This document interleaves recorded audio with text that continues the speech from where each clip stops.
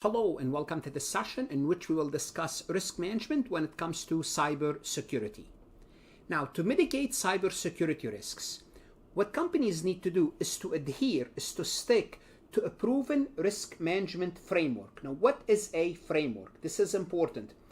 We looked at various frameworks. For example, we looked at the internal control framework that's provided by COSO, and we said this is what companies look at. Well, in our situation here, we're looking at cybersecurity. We need to look at a risk management framework to mitigate cybersecurity threat. It's not only mitigate cybersecurity threat, continuously evaluate and address threats, because it's not only you mitigate and you stop, you have to keep on going. Now, luckily we have a framework, so companies don't have to create their own framework. They don't have to reinvent the rules. The National Institute of Standards and Technology, NIST, offers a framework for risk management that we can use to do what? Mitigate cybersecurity. Now, the framework details 4 components for managing risk, and we're going to go over these components separately. One is risk framework. Within the framework, there is a risk framework, risk assessment, risk response, and risk monitor. What we're going to do in this session is go over each of these components separately. So these are 4 components. I just want to let you know, we're going to see that each component will have its own subcomponent. So when we look at risk framework, we're going to have subtopics, risk assessment subtopics. We're going to look at risk assessment from an understanding perspective and risk assessment from an evaluation perspective. We're going to be spending a little bit of time here because from the risk assessment, we're going to be issuing a report called SAR, which we'll discuss this in the next session. We're going to look at risk response and we're going to look at risk monitor. Before we proceed any further, I have a public announcement about my company, FarhatLectures.com. Farhat Accounting Lectures is a supplemental educational tool that's going to help you with your CPA exam preparation as well as your accounting courses. My CPA material is aligned with your CPA review course such as Becker, Roger, Wiley, Gleam, Miles. My accounting courses are aligned with your accounting courses broken down by chapter and topics. My resources consist of lectures, multiple choice questions, true-false questions, as well as exercises. Go ahead, start your free trial today. Let's go ahead and get started. The first component of the risk framework management is a framework. You have to have a framework. You have to have a system. Just like in internal control, we have COSO as a framework. You have to have a framework. A risk framework is a structured approach. It's a formal approach that helps an organization make decisions under uncertainty, focusing on identifying, responding, and monitoring risks. Now, it's a strategy design, basically a framework to guide the company. So basically, rather than just figuring out what you want to do, they'll tell you, here are the things that you need to be aware of, apply them to your company, and you will have a risk framework. What are those components that you have to look at in a risk framework? The company first, we have to look at their risk assumptions, not assumption. They might have many assumptions, risk assumptions with an S. They might have to look at the risk constraints, risk tolerance, priorities, and trade-offs. And creating a risk framework allows the company to approach this process strategically by assessing each of these components. So I'm going to look at each one of them and what does it mean and how would the company apply it to themselves. So you have to have a risk framework. Risk assumptions. What is a risk assumption? Risk assumptions are beliefs and conditions that are assumed to be true in the context of risk management. And these assumptions form the basis for planning and decision making. What do we mean by that? Let's think of a company. The best way to illustrate this is an example. They might assume that their main supplier will always be able to deliver material on time. That's an assumption that they're making. Why? Because they would always assume that that's the case. What we're doing is they are making a risk assumption.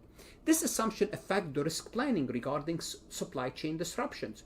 Do they believe that's always going to be the case? If they do so, then they are not going to find an alternative like a plan B.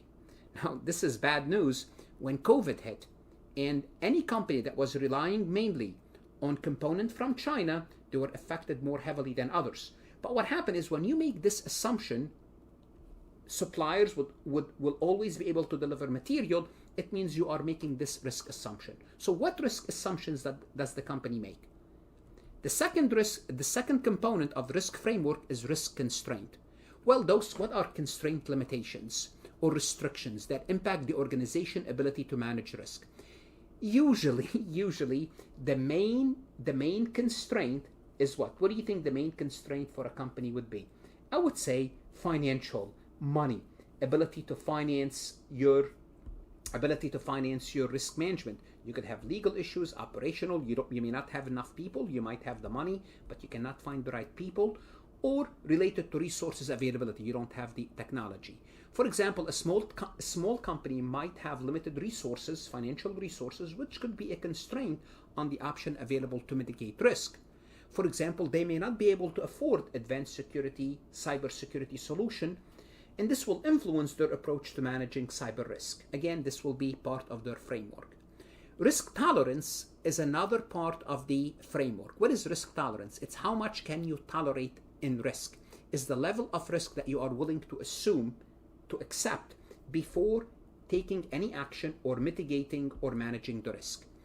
It's essential about how much uncertainty the company is comfortable with. How much risk are you comfortable with? Now, different companies are in different industries. Different companies can tolerate different levels of risks depending on the severity of the risk, depending on the industry, depending on the regulation, whether you are heavily regulated or not. For example, a startup company might have a high risk tolerance, willing to invest heavily in an innovative but unproven technology. A bank can do that. A bank might have a low risk tolerance when it comes to investments, opting for safer, more secured options. So if we're talking about cybersecurity, maybe the startup are willing to look at fancy new cybersecurity technology. They're willing to take the risk. A bank will have to go with the safe bet.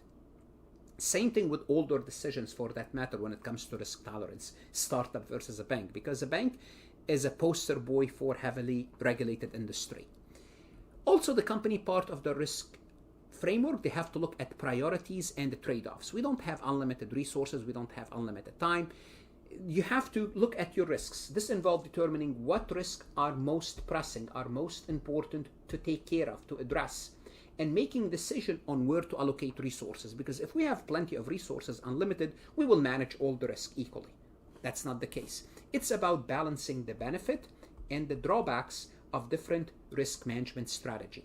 What could be an example of this? Well, you might prioritize defending against data breaches over other risks, allocating more budget to cybersecurity measures that's going to protect you against cyber breaches. And this decision means what? It means less budget for other areas like marketing or R&D, and what you're doing is you're doing a trade-off, because data breach is more serious to us than defending or protecting our marketing or R&D. I'm just taking an example. I mean, oftentimes R&D is very important for a company, just for the sake of illustration. The second component of a risk management framework is risk assessment. The assess risk component is about understanding and evaluating the risks a company might face. So in the first session, which is at the beginning of the session, I would look at understanding. Then you have to evaluate the risks. Then I'm gonna skip over and evaluate the risk toward the end of the recording. So first you have to understand what are your risks, then evaluate them. This process involves identifying threats and vulnerabilities. What are the threats? What are the vulnerabilities? And the potential harm that the risk could cause, potential harm that could be exploited through those vulnerabilities, and how likely for that event to occur. Now I'm going to take each one of these components, starting with threat exposure, and discuss it separately. What do we mean by threat exposure? What do we mean by vulnerabilities? What do we mean by potential harm? So on and so forth. Threat exposure. Threat is anything that can be exploited, like a vulnerability, that could cause harm to an entity, individual within this entity, a specific asset, a specific process, procedures. Threats can be natural, like there's nothing we can do about them, or they can be human-made, like cyber attacks, or technical failure, like a system outage. For example, a tech company, a significant threat could be hackers attempting to breach their data security to steal sensitive information. So we identified the threat exposure. Then when we looked in risk assessment at our vulnerabilities, our weaknesses, internal and external, that can be exploited by threat to cause harm. And these can be physical, like outdated security system. They could be digital, like software bugs, those are our vulnerabilities, or organizational, like lack of employee training or security practices. Those could be our vulnerabilities. So an example might be an outdated firewall in a company network, making it easier for cyber attackers to gain unauthorized access. So in the risk assessment, we look at those vulnerabilities. Then we assess the potential harm from someone exploiting those vulnerabilities. This is about understanding the type of damage or a loss that could result from threats exploiting vulnerabilities. Harm can be financial, reputational, operational, or even physical. So if a financial institution are hacked because of a vulnerability, the harm could include financial loss for themselves, for the customers, theft of customer data, and damage to the company reputation, especially in the financial industry. That's bad. Then part of the risk assessment, we have to evaluate the probability of a harm. What is the probability that the event could occur? And this involves estimating how probable, because depending on probability, you have to prioritize. Remember, we have to prioritize and make trade-off. If the probability is low, we may let it go. But if the probability is high and the damage is high, then we have to take care of it immediately. This involving how probable it is, given a threat, will cause harm. Factors influencing the likelihood would include the nature of the threat, the effectiveness of our current control, and past incidents. An example would be a company might evaluate that due to recent spikes in phishing attempts and considering some employees are not well trained, there's a high likelihood of a successful phishing attack. What they do now, they're gonna respond to that risk once they know this. So once you can, okay, this is the risk I'm dealing with, then I'm gonna have to deal with it. Now I'm gonna move to step 3 of this risk management framework, but at the end I'm gonna go back to step 2 and show you real quick how do we actually evaluate risk assessment. So then once we identify the risk, then we're gonna respond to the risk. So this response to risk component is focused on how the organization act upon the insight gained from the risk assessment. So based on step 2, I identified the risk. Now, how do I respond? It's about taking the abstract understanding of the risk. So now I understand the risk and turn it into concrete action. What am I going to do that defend myself, that align with the organization appetite for risk? Remember, I have a certain appetite. And this involves developing risk response alternative, evaluating risk response alternatives. I'm going to develop a risk response, determine whether it's good or not. Is it aligned with my organizational tolerance? Then execute my response. Again, I'm going to go over each one of these steps separately, starting with developing a risk response alternative. It's like basically brainstorming. What am I going to do to defend myself? Outlining different strategy for managing the risk. And the aim is to create a variety of options. Remember, defense in depth that could either reduce the risk or lessen its impact as it occurs. So I have to kind of think of walls, I have to think of defenses that's going to help me. For example, a company facing the risk of data breach, alternative response could include investing in advanced cybersecurity technologies, conducting regular security training for employees, or outsourcing the data security to a specialized firm. So those are the different options. This is what I have. Then I'm going to evaluate my risk response. So once various options on the table, each is analyzed for feasibility, cost, potential impact, and does it align with my organizational goal and risk tolerance? And this evaluation will help me prioritize actions based on their effectiveness and practicability. For example, the company might evaluate the cost versus the benefit of each cybersecurity measure. Consider factors like budget constraints. Do we have money to do so? Also, we have to take a look at how sensitive is that data that we are protecting and the potential impact on operation. We're evaluating the risk response. So we thought of few, now let's evaluate them. Let's see if they align with the organizational tolerance. This step is about choosing the best response that align how much risk are we willing to accept. Because the best response is to eliminate all the risk, but we might be able to accept some risk due to budget constraint maybe. It's a critical decision-making point where the company risk tolerance is matched with the most suitable response. I mean, of course, you want to bring down the risk down to 0, but you can't. You might have to accept some risk. So if the company has a low tolerance due to regulatory requirement, like a bank or financial institution, or the nature of its data, it might opt for the most comprehensive cybersecurity solution, even if that's more expensive. Now you have to take the most expensive option because you are heavily regulated and there's a high impact. If something happened, you could go out of business. Then you're going to execute the selected risk response strategy. Here, the final step is putting it to work, putting the chosen risk management strategy into action. And this involves detailed planning, resource allocation, buying the system, installing the system, setting the system, training the employee. The company proceeds to implement the chosen cybersecurity measures, which could involve deploying the new security software, conducting training sessions for employees, and establishing a monitoring system to detect and respond to future respond. Are we done yet? No, we installed the system. Now we monitor the risk. This is the fourth component of the risk management framework, monitoring risk. The monitoring risk component emphasizes continuous oversight and evaluation. It's not something that we install and we forget about, because the risk landscape is always changing. Therefore, we always have to keep a vigilant eye on how well risk responses are working and identifying any changes in the organization or its environment that affect risk level.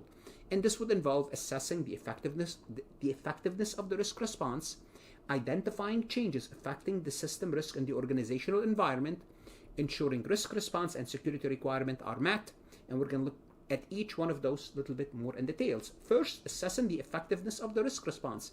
Okay, now we implemented this advanced cybersecurity solution. How well it's working, right? This involved reviewing on a regular basis whether the risk management strategies implemented are performing as expected. It's crucial to understand if these strategies are still relevant and effective, given any changes, because in cybersecurity, there's constant change. The landscape is always changing. The external environment is changing. For example, here, a company that have implemented encryption to safeguard its data might on a regular basis test the encryption effectiveness against new type of cyber attacks. So as new cyber attacks are discovered, let's test it. Let's assume this attack is carried against like a dummy. We create a dummy attack. See if it works. See if our encryption works, to ensure that it still provides adequate protection. Because as cyber criminals are advancing, you have to keep up with that. So assess the effectiveness of the risk response that you chose.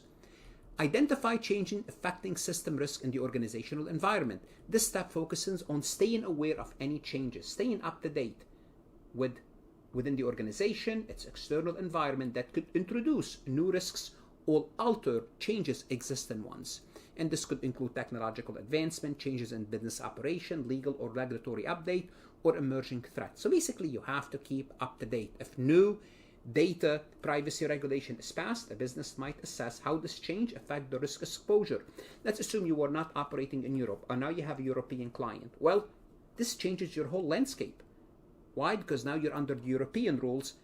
Does your system comply with this? Especially regarding how you collect data, stores data, and process personal information.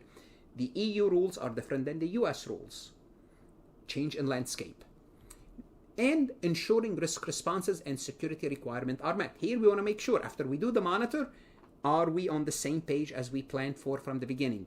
So in addition to planning and implementing the risk responses, it's making sure they're actually working as intended. They are meeting our security procedures. And this includes ensuring that the organization complies with relevant laws, regulation, standard, and information security. For example, a healthcare provider must continually verify that its patient data handling practices comply with HIPAA, healthcare regulation, and all the planned security, such as access control and patient data encryption, are fully operational.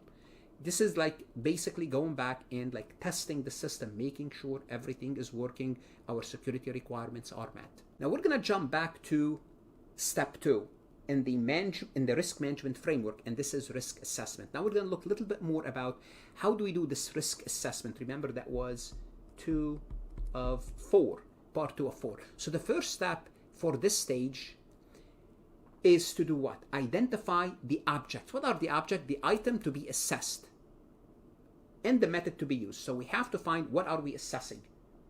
It could be a specific asset. For example, an organization decides to assess the data encryption protocol. This is the object, using a combination of examination, interviewing, and testing. Those are the tools. And what do we have to do? Why do we do this risk assessment evaluation? Eventually, we have to issue a report, Security Assessment Report, SAR. We'll talk about that in the next session. So that's why we are doing this risk evaluation. So first, the assessment method. What are the assessment method? Could be examination. This involves detailed analysis and review of assessment objects such as policies, procedures, and technical configuration. We're examining what they're doing, reviewing firewalls configuration and access control lists to ensure they match security specification.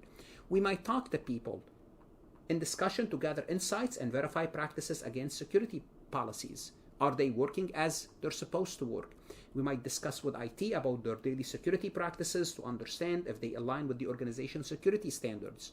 Then we're going to test. We're going to put this to test. That's the most important part. Employ practical tests to see how well the system performs under simulated scenarios compared to expected outcome. So an example would be conducting penetration testing to identify vulnerabilities in the network infrastructure. First, we learn. When we examine, we learn about the system. Great. Then what we need to do after we learn about the system, we talk to people that are using the system. Great. Yeah, they are following what they're supposed to follow. We're not done yet. Then we test. We go ahead and put what they told us. We're going to test it ourselves to see how it works. Then we need supporting. What assets are supporting the assessment method? Organization must support the method by identifying various components crucial for the thorough assessment. So in the supporting, what tools, technique, and methods are we using? Determine what tools are we using. Software for vulnerability scanning. Which methodology are we using? The risk assessment framework. What are we looking at? What's the framework that we are using? Risk assessment, assumptions and constraint. Again, we talked about this. Acknowledge any assumptions. Threat actors are external. This is an assumption. And any constraints. We're not using this method because we don't have enough money. Also, we looked at roles and responsibility. Clarify who will be involved in the assessment process and their duties. That's important. Supporting the assessment method. Data collection and processing methods. Define how information will be collected and processed. Is it through survey, system logs? And how is it processed? Through security information and event management system. How are we going to communicate this information? Establish how finding will be communicated within the organization.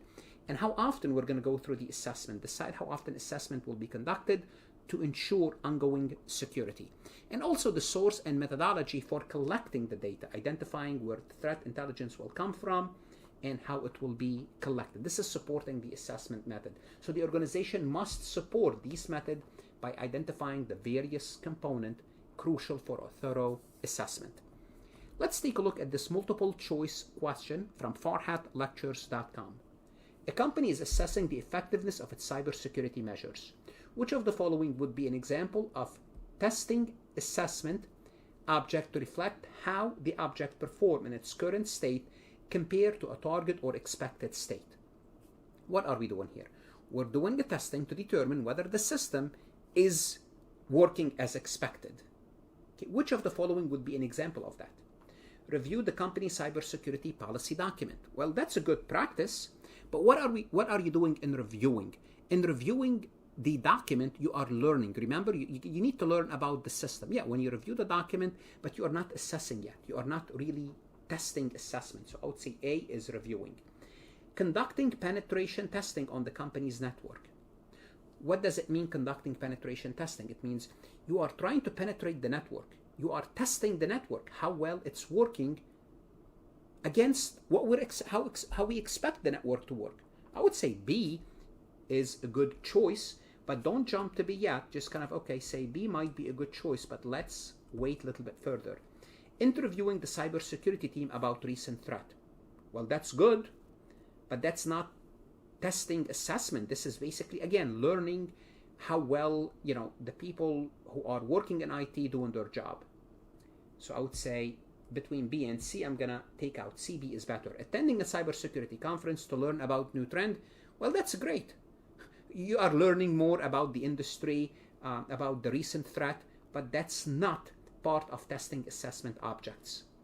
So the answer, as we expected, B as in boy. What should you do now? You wanna go to Farhat Lectures and look at additional MCQs, additional resources that's gonna help you, whether you are studying for your CPA exam or you are taking accounting courses.